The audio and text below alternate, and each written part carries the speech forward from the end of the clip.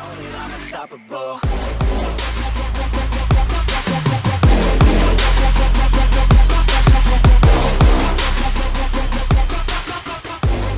That's how I know that I'm unstoppable. Bonjour tout le monde, bienvenue dans votre semaine 5 sur les vidéos d'entraînement. J'espère que votre semaine s'est super bien passée. J'espère que vous n'êtes pas trop découragés. Vous continuez à maintenir le cap. Aujourd'hui, au menu cette semaine, donc, il y a quand même plusieurs sujets qu'on va aborder. Parce que la semaine dernière, si vous vous souvenez bien, on était venu sur les 3 affaires qui influencent grandement la perte de calories, soit le métabolisme de base, soit ensuite la qualité des aliments qu'on mange et aussi la quantité des aliments qu'on mange. Alors, pour faire simple, on a quand même fait notre épicerie pour la qualité des aliments. On a compris qu'il fallait essayer de manger un petit peu moins qu'on dépense, mais quand même très bien manger pour être capable de perdre un petit peu notre gras. Aujourd'hui, on va s'attaquer plus à comment influencer notre métabolisme de base qui est responsable à 80% ou 85% de notre perte de calories. Ce qui est quand même vraiment pas négligeable. Alors, le métabolisme de base, pour ceux qui ne l'ont pas compris c'était quoi, vous pouvez aller voir la vidéo de la semaine numéro 4. Pour ceux qui ont suivi, on continue. Alors, vous savez bien qu'il y a une action-réaction. Donc, quand vous allez vous entraîner, vous faites une action, puis la réaction, c'est que votre corps va, avec son métabolisme de base, réussir à s'adapter à votre demande. Et le fait de s'adapter augmente votre métabolisme de base, donc brûle plus de calories et brûle des calories 24 heures sur 24. Donc, vous brûlez des calories même quand vous dormez. C'est incroyable, super de bonnes nouvelles pour tout le monde qui veut perdre du poids. Parce que je pense que, tu sais, les vidéos que je fais dans le fond, je pense que ça va rejoindre environ peut-être 80-85% de la population dite normale. Parce que je pense qu'à travers toute la planète, ou en tout cas, du moins au moins tous les pays francophones qui m'écoutent, ben vous savez qu'il y a environ, je pense, 85% de la population qui veut au moins perdre entre 5 et 10 livres de gras. Ça, je pense que c'est à peu près sûr pour tout le monde. Puis je pense qu'il y a une panoplie de vidéos d'entraînement qui sont offertes tout à fait gratuitement partout à travers le monde, partout à travers tout ce qui peut avoir de contenu web, que ce soit avec abonnement ou sans abonnement. Mais je pense que avant ou pendant que vous abonniez à ça, ben c'est sûr qu'il faut comprendre comment c'est que ça fonctionne. Et puis, si vous voulez en tirer plein de parties, ben je pense que toutes ces vidéos n'expliquent pas tout ça de fond en comble. Comment faire, tu sais, pour le métabolisme de base, patati patata. Donc, c'est sûr que je pense que c'est un plus de comprendre ça avant de se lancer dans tous ces plans-là, ou du moins pendant que vous êtes dans ces plans-là. Donc, le métabolisme de base. C'est sûr que si quelqu'un s'embarque dans un processus de perte de poids, que vous soyez une fille ou que vous soyez un gars, qu'est-ce qui fait brûler le plus de calories par votre métabolisme de base? C'est de faire du muscle. La création de muscles. Donc, c'est sûr et certain que si vous êtes la genre de petite personne qui passiez 8 heures à faire de la course, puis que vous ne créez pas de muscles, ben, qu'est-ce qui va se passer? C'est que oui, vous allez perdre du poids. Oui, vous allez perdre des calories. Mais quand même assez infime. Pourquoi? Parce que vous ne demandez pas à votre corps de créer des muscles. Créer des muscles, c'est ça qu'on appelle aussi le raffermissement. C'est ça qu'on appelle aussi, tu sais, avoir une santé, avoir quelque chose, une santé musculo-squelettique. Tu sais, là, parce que les muscles, eux autres, ce qu'ils font, c'est qu'ils t'aident aussi à travers tout ce que tu peux faire de mouvement, mais aussi, ils te procurent une certaine armure sécuritaire en cas de chute, en cas de n'importe quoi. Donc, faire du muscle, que ce soit pour vous, les filles, ou que ce soit pour les gars, mais surtout pour les filles, faire du muscle, c'est très important. Donc, si vous voulez à tout prix perdre du gras, vous devez aussi faire du muscle. Faire du muscle, faire du muscle. Pour toutes les filles là, qui ont peur de prendre une barre et qui se disent « Non, non, moi, je ne veux pas avoir des gros bras et je ne veux pas me lancer là-dedans. » Ben, oubliez ça. Hein. Vous avez beau prendre la barre tant que vous allez vouloir. C'est sûr que si vous ne prenez rien de produits anabolisants ou rien comme ça, vous allez voir que vous allez devoir vous entraîner énormément pour perdre le contrôle puis devenir trop musclé. Puis vous allez avoir le temps de vous voir venir. Inquiétez-vous pas. Donc, ayez pas peur. Vous allez faire du cardio, c'est sûr, mais vous allez vous lancer aussi dans la course à faire du muscle, et c'est très important. Que ce soit pour stabiliser les genoux, les hanches, les mal de dos, le cou, les bras, tout ce que vous pouvez avoir. Comment qu'on envoie une monde qui ont tout le temps mal dans le dos? Mais il faudrait peut-être bien se faire un peu d'abdos. Hein, les genoux, les hanches, les poignets, les tendinites, oui, par le travail que vous faites, c'est sûr que vous faites toujours le même mouvement répétitif, puis que vous n'avez pas nécessairement de muscles associés à ça, ben c'est sûr que vous allez avoir des problèmes articulatoires. Donc, faire du muscle. Faire du muscle va considérablement augmenter le métabolisme de base. Donc, ça, c'est important. Comment qu'on fait du muscle? Ben, c'est pas compliqué. Faire du muscle, là, ça, pas beaucoup de personnes qui l'expliquent, mais ça a été quand même prouvé dans le livre que je vous avais montré au vidéo numéro 1, qui est le livre Big Beyond Belief que j'ai ici. Non, c'est pas vrai, il n'est pas là. Le livre Big Beyond Belief, en tout cas, je vais remettre la main dessus. Dans ce volume-là, ben, il explique les catégories d'exercices. Alors, suivez-moi très bien. Première catégorie d'exercices, premier groupe, c'est les groupes musculaires que c'est le corps qui bouge et non les haltères ou la machine. Donc, c'est le corps en mouvement.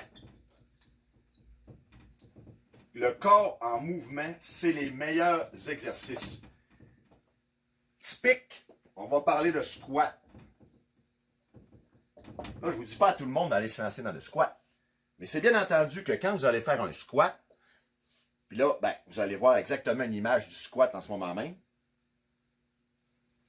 Alors, quand vous faites un squat, ben, vous comprendrez que c'est beaucoup plus exigeant que si vous faites, par contre, un leg press. Pour ceux qui ne le savent pas, il va y avoir une photo d'un leg press. Donc, vous voyez que dans le squat, c'est le corps qui descend, c'est le corps qui bouge dans l'espace, tandis que dans le leg press, c'est la machine qui bouge. Donc, pour le corps, être capable de tenir l'équilibre d'une barre à squat, de se bouger, de se lever, ça va faire appel à une multitude de muscles qui, eux, vont demander un effort plus grand sur votre stress, sur votre métabolisme de base, qui va être obligé de faire quoi? De s'adapter, d'adapter une plus grande quantité de muscles que, par exemple, un leg press. Vous me suivez? Et ça c'est partout, là, à travers tous les exercices que vous faites. Exemple, si vous faites des push-ups, si vous faites des redressements assis, c'est toutes des choses qui vont être plus valorisantes que de faire des machines. On s'entend? Ça, c'est toujours, comme je vous explique, de la plus demandante au niveau stress musculaire corps. Donc, plus tu es demandant, énergétiquement parlant, plus tu vas avoir une réaction de l'autre côté pour pouvoir t'adapter à ça. Donc, tu vas brûler de plus en plus de calories et tu vas te raffermir. Donc, plus tu vas utiliser des exercices que tu as ton corps en mouvement, plus tu vas avoir une réponse rapide, plus tu vas brûler tes graisses rapidement, plus tu vas créer du muscle.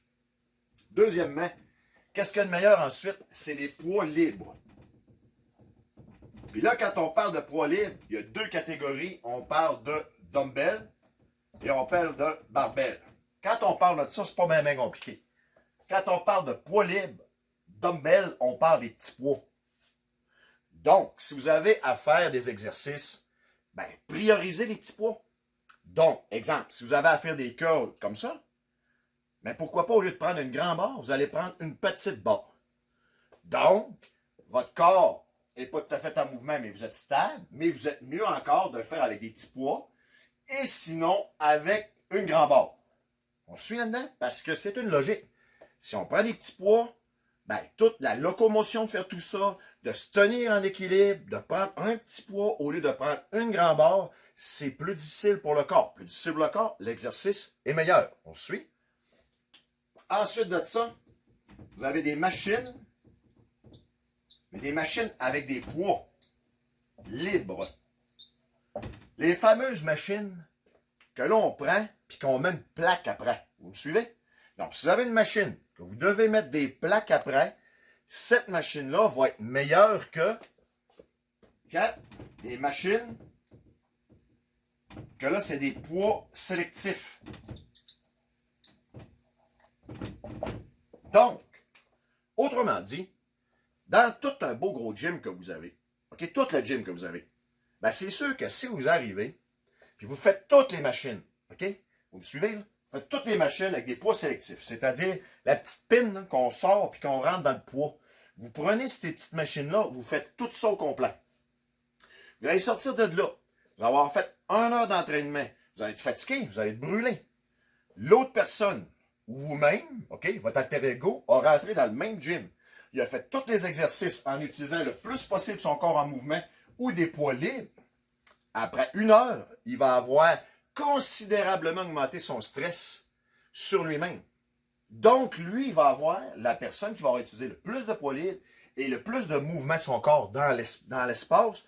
Lui va avoir augmenté le niveau de stress. Donc, par le fait même, il va avoir augmenté sa réponse de son métabolisme de base et sa pulsation cardiaque au repos, tout le stress pour que son corps se rebâtisse va être augmenté.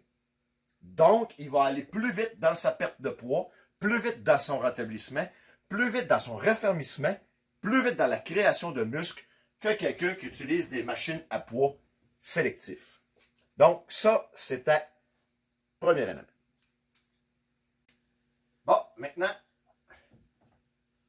catégorie d'exercice, c'est expliqué. Je pense que tout le monde a compris un petit peu c'est quoi le principe. Alors, plus c'est votre corps et plus c'est des poids libres, meilleur c'est. Plus on est rendu dans les machines, moins c'est bon. C'est très bon, mais c'est moins bon. Si vous êtes quelqu'un qui devait faire une réhabilitation suite à une blessure, vous avez des problèmes, vous pouvez aller sur des machines parce que ça fait vraiment vous guider pour vraiment cibler le muscle que vous voulez avoir. Règle générale, vous allez faire premièrement les exercices en poids libre avec une grande barre, petite barre, dumbbell, et un coup que vous allez avoir fait 1 ou 2 exercices sur ça, ben vous pouvez après ça aller cibler un petit peu plus sur des machines. Donc ça, des programmes d'exercices comme ça, plus en profondeur, on va le voir dans d'autres vidéos. Pour l'instant, on va revenir encore à la généralité, mais là cette fois-ci, c'est les répétitions. Alors, un programme d'entraînement typique, on parle toujours de 4 séries environ, mais de combien il faut qu'on fasse de répétitions pour que ça soit vraiment efficace? Tu sais, une perte de poids vraiment efficace, un raffermissement efficace, créer du muscle efficacement, augmenter le métabolisme de base. Donc, normalement, si on parle de 6 à 4, 8 à 6, puis on va dire de 12 à 8. Exact. Bon, alors, le nombre de répétitions, supposons que dans une série, vous faites toujours des 6 à 4. Donc, vous allez au squat, n'importe quel exercice, la machine, vous faites des 6 à 4. Normalement, ce que vous voulez faire, c'est augmenter l'explosion et la force. Ça, c'est vraiment ciblé. Donc, on parle powerlifter, homme fort, du monde qu'il faut qu'il donne une shot de force, mais pas nécessairement du monde qui veut soit créer du muscle ou tout ça. Ça, normalement, c'est quand on va aller, permettez-moi l'expression, faire un pic de force. Alors, vous avez créé du muscle, vous êtes vraiment très bien entraîné, puis ensuite de tout ça, vous allez vraiment, vous voulez piquer bien raide pour la date de la compétition. On va modifier vos entraînements pour aller là. Il va y avoir d'autres vidéos d'entraînement là-dessus, inquiétez-vous pas. Là, pour le général, si on va de 8 à 6, on parle de création de muscles. Donc, ça, c'est une braquette qui nous intéresse. 8 à 6, c'est une braquette que tu peux mettre légèrement pesant, mais que c'est quand même pas tellement long. Donc, c'est sûr que ça va nous permettre d'avoir une bonne contraction musculaire, mais avec une certaine endurance qu'on a besoin pour faire de 8 à 6. Donc, c'est vraiment la plage qui est comme privilégiée pour créer du muscle. Mais à cela aussi, on a des séries plus élevées qui sont de 12 à 8, que eux, c'est pour énormément d'endurance. Et aussi, on parle aussi le cardio. Le cardio. Et aussi, on peut avoir pour la création de muscles. Donc, si on comprend ça, on comprend que dans nos séries qu'on doit faire, on doit faire, en mettons, 4 séries, mais qui vont rester dans ces plages-là. Donc, l'idéal, c'est de faire, mettons, une série de 12, une série de 10, une série de 8, une série de 6. Si vous voulez, vous pouvez même dire, ben regardez, moi là, étant donné que j'ai du poids à perdre, puis j'ai du cardio à faire, je ne fais pas ça ici. Je vais faire ça de même. Enfin, vous allez mettre moins plus léger ici, vous allez faire votre répétition de 14, et là on comprend, ici on l'a vu, la catégorie d'exercice. Là. Donc, on va choisir qu'on est en mouvement dans l'espace, ou des petits dumbbells, ou la grande barre. on va faire des séries de 14, 12, 10, 8. En augmentant la charge tout le temps un petit peu pour que ça soit toujours avec un bon stress. Si, admettons, on voudrait, par après, augmenter aussi le cardio, mais on se dit, regarde, moi ici, je vais continuer, mais je vais mettre un petit peu plus pesant. Donc, on a un certain challenge qu'on va aller chercher personnel aussi là-dedans. Alors, le temps de repos, OK, qui est normalement situé en 2 minutes. Donc, ici, là, vous faites une série de 12, 2 minutes. Une série de 10, 2 minutes. Une série de 8, 2 minutes. Donc, ces 2 petites minutes-là, ben, si vous voulez taxer un petit peu plus votre cardio, ben, c'est pas compliqué. Vous pouvez prendre la première semaine, 2 minutes de repos. La deuxième semaine, 1 minute 30. Ainsi de suite, et vous descendez à coup de 30 secondes. Vous pouvez aller jusqu'à 30 secondes de repos en. C'est pas grave. L'important, c'est que vous compreniez très bien qu'avec une catégorie d'exercices appropriée et avec un bon nombre de répétitions appropriées, on va avoir des résultats. Donc, vous seriez supposé être à même de comprendre en ce moment même que si vous voyez quelqu'un qui rentre dans un gym, qui s'en va impunément sur des machines guidées à plaques sélectives et qui va se mettre des séries de 6 à 4 et que son but à lui, c'est de perdre du poids, du raffermissement et de créer du muscle, il va s'entraîner pendant super longtemps, il va avoir aucun résultat. D'autant plus que s'il n'a pas été fait son épicerie, comme je l'ai dit, ben, il va se décourager puis il ne sera plus là. Vous comprenez également que si la personne à la place, elle rentre de façon déterminée, elle s'en va directement dans des poids libres, elle-même, son corps en mouvement qui se promène dans les airs, là, du squat, des push-ups, après ça, on peut faire aussi du chin-up, des soulevés, tout ça. C'est tous des exercices que vous pouvez faire, des petits poids, des petits dumbbells. Ça va être plus dur sur votre corps, c'est sûr. Puis en faisant ces exercices, vous allez avoir plus de résultats plus rapidement. Et ensuite, vous allez avoir faim, vous allez bien manger, vous allez avoir des résultats comparativement à l'autre. Bon, maintenant, dernier point, bien important, le cardio là-dedans. Il y a eu plusieurs études qui avaient été faites par le passé qui tenaient, en tout cas, qui penchaient en disant que le cardio, c'était une nuisance pour gagner du muscle. C'est-à-dire, il y avait une vieille croyance là, qui disait, ben regarde, tu fais ton cardio pour te réchauffer au début, puis tu choisis. Si tu fais du muscle, tu fais du muscle. Si tu fais du cardio, tu fais du cardio. C'était un petit peu l'idée de base.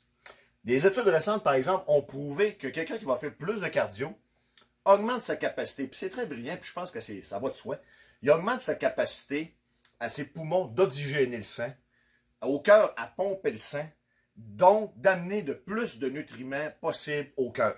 Puis, pas au cœur, mais à tous les muscles qui ont été sollicités.